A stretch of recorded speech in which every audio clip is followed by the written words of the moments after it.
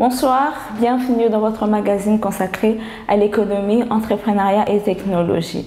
C'est notre rubrique reportage.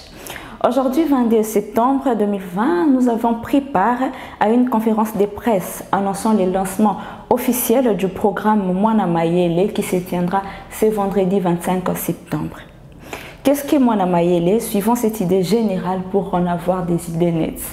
Mwana Mayele n'est pas branché aux aides du ministère du Tourisme ni à tout autre ministère. Mwana Mayele, c'est un programme autonome. Il va travailler dans le cercle de son action pour lever les fonds qu'il faut pour son fonctionnement. Pour le moment, nous sommes encore au départ, mais nous sommes en train d'étudier les faits, les tenants et les aboutissants de ces programmes Mwana Mayele pour qu'on arrive à les développer nous-mêmes, c'est-à-dire sans compter sur un ministère quelconque. Retenons que Mwana Mayele est un programme d'appui au ministère de la Culture, Tourisme et autres, car ces programmes possèdent de la technologie permettant au peuple congolais de mieux connaître le Congo. Nous avons remarqué la présence du ministre de Tourisme qui, à son tour, a donné des éclaircissements suivants. J'ai trois questions. Ma première question s'adresse à son Excellence, Monsieur le ministre.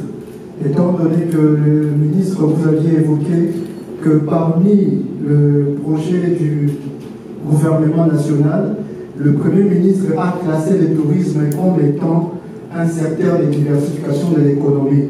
Maintenant, ma question est de savoir, étant donné que le pays est parmi le pays à des zones de risque, comme nous avons le problème des conflits armés, vous ne trouvez pas que le tourisme, c'est un peu difficile d'attirer les gens, étant donné que le pays est déjà ciblé comme étant des zones à risque ici en Afrique? Et en dehors de cela, comme le tourisme est classé parmi le secteur de diversification économique, est-ce que le gouvernement a alloué un budget consistant pour l'entretien de nos sites touristiques du pays? Car s'il n'y a pas d'entretien, cela ne pourra pas encourager le tourisme. Mais nous devons comprendre que le tourisme, c'est aussi l'observation de l'environnement. Nous, au niveau du gouvernement, dans le cadre des classes de découverte, ce que nous avons prévu, c'est que dans des provinces ou des territoires où nous n'avons pas de grandes attractions touristiques, je pense que dans le cadre des classes de découverte, nous allons amener nos enfants à visiter les champs. C'est ce que nous avons prévu. Il y a des volailles. Je ne pense pas qu'il y a un territoire où on manque de volailles. Il y a des porcheries un peu partout. Je crois que tout ça, ça fait partie du tourisme. Le tourisme, ce n'est pas seulement visiter les gorilles, ce n'est pas seulement aller dans le zoo. Donc, tous nos enfants qui sont à travers les 2355 000 km² du pays vont bénéficier de cet accompagnement. Mais il y a une particularité à retenir. Je crois que nous avons au niveau du gouvernement, comme l'a dit le manager, élaboré 4 guides dans le cadre des projets prioritaires. Nous avons un guide de Kinshasa, dénommé Kinshasa, c'est de voir à ses enfants. Nous avons élaboré un guide pour la province de la ville de Goma, qu'on appelait Karim Bouetou. Nous avons élaboré un guide pour la province, la ville, pardon, de Kibashi, que nous avons dénommé Kibashi Watanchi. Et un autre guide pour Kolwezi. Donc nous allons commencer par ces 4 guides.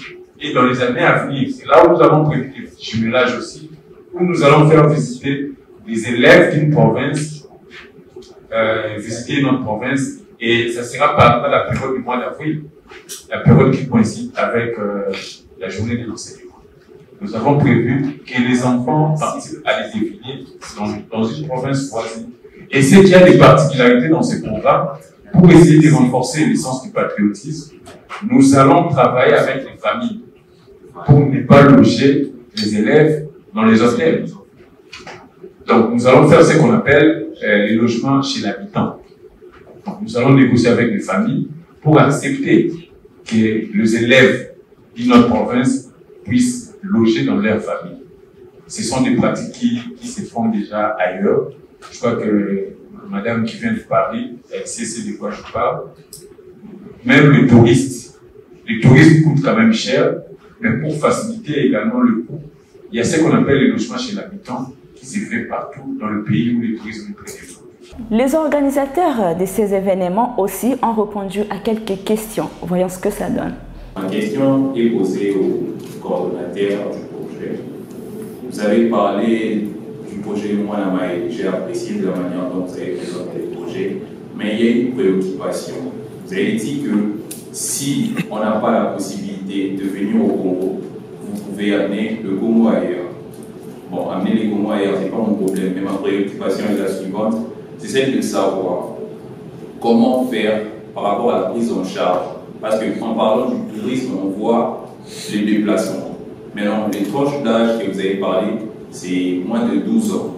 On voit les enfants, nous sommes tous sans ignorer, connaître la situation économique et financière du pays dans le coin reculé. Il y a des familles qui ne sont même pas en mesure de payer les uniformes. Comment feront-ils pour aller voir des sites touristiques dans nos provinces? Est-ce que la charge revient aux parents ou soit Mwana Mayele, ensemble avec le gouvernement, va prendre en charge les déplacements pour le tourisme? Merci. Concernant qui va prendre en charge les enfants, donc nous partirons d'abord du principe du tourisme analogique que nous avons trouvé dans les écoles. C'est celui que le parent prend en charge les enfants pour des visites bidons. Alors, nous, ce que nous allons faire, c'est à la place de présenter un site comme je reviens à ma défense de tout à l'heure. Quand l'enfant paye pour participer à notre programme, il ne paye pas pour un site touristique. Donc le fait qu'il fallait payer à l'école pour un seul site, lui, il le paye pour l'année scolaire tout entière. Donc, nous, dans l'année scolaire, on a prévu 2 fois de faire visiter les enfants 10 sites touristiques par an. Donc, on visite pendant les vacances des Pâques et pendant les vacances des Noël. Mais l'enfant paye seulement un frais pour toute l'année. Par rapport aux conditions de déplacement et tout, nous sommes dans les négociations avec les différents partenaires qui mettront en place la logistique des déplacements, la logistique des restaurations. Déjà là, on a un partenaire qui est dans la salle, qui s'occupera rien que de la restauration des enfants. Nous avons le partenaire Lissungi qui s'occupera des situations sanitaires des enfants. Nous allons dépêcher des centres, des cliniques de secours dans les différents sites touristiques. Donc il y a chaque partenaire qui amène son apport dans le projet pour nous permettre à concrétiser ces projets. Donc nous ne travaillerons pas seuls, nous sommes accompagnés de plusieurs partenaires et si vous voulez aussi vous associer à nous, alors on est très ouvert à vous accueillir comme nous avons accueilli Lissungi et Madame Patricia. À cela s'est suivi les avis de quelques participants et aussi n'ont pas manqué quelque chose à dire ou donner les avis sur ce qui est le programme Mwana Mayele. Prenons quelques participants.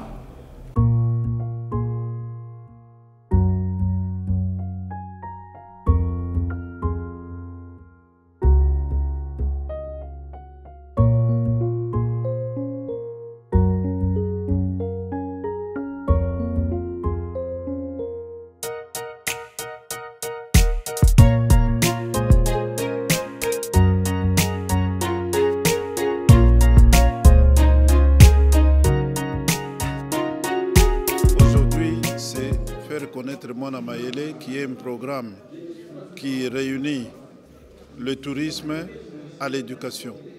Nous enverrons les enfants à l'école et nous allons associer le programme, du moins les dirigeants de ce pays vont mettre ensemble le programme du tourisme dans l'éducation scolaire pour que les enfants connaissent ce pays, pour que les enfants aiment ce pays, parce que nous avons l'impression que les Congolais ne connaissent pas le Congo, les Congolais n'aiment pas le Congo.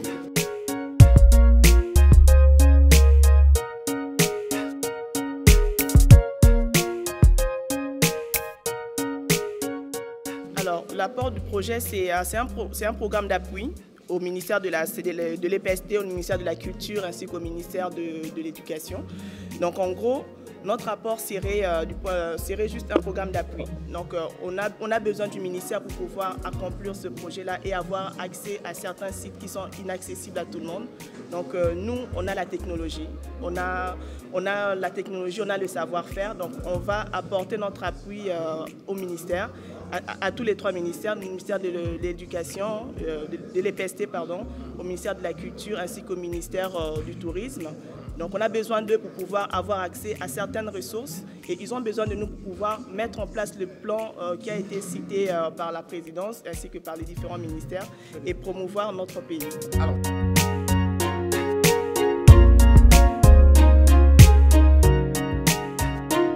une très bonne impression, je dirais. Comme on l'a dit tout à l'heure, en interne, on a une grande richesse dans notre pays, mais nous ne connaissons pas. Je ne dois pas me voiler la face, mais moi, il y a des sites que je ne connais pas. On m'a enseigné, mais je n'ai pas vu, je n'ai pas palpé.